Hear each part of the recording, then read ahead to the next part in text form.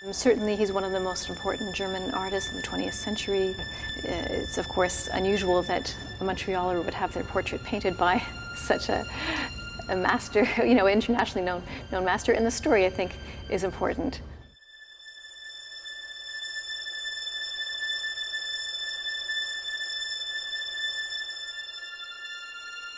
There's a kind of, I would say, brutal honesty about his work. It's peopled with people who are walking with crutches, who have lost limbs, also prostitutes that were prevalent on the streets. When Dix returned from the war, he said he saw everything in gray, without color. And so, in fact, his first paintings after the war were colorless. And he said he made paintings and drawings to exorcise war. By the 1925, Dix had actually established himself as a very popular portrait painter. So he painted the intellectuals of the time, and he was quite sought after at that time.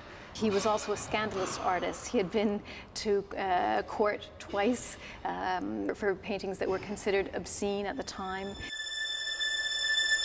Hugo Simons was hired by Dix when a client refused to pay for a painting by Dix. It was really a painting of his daughter. He felt it wasn't a true likeness. Simons pleaded on behalf of Dix, and so he won the case. So it was really the beginning of a long relationship. In 1925, Hugo Simons, who was a supporter of artists, commissioned Dix for his portrait. And it's that portrait that was made in 25, was brought with the Simons family when they immigrated to Montreal.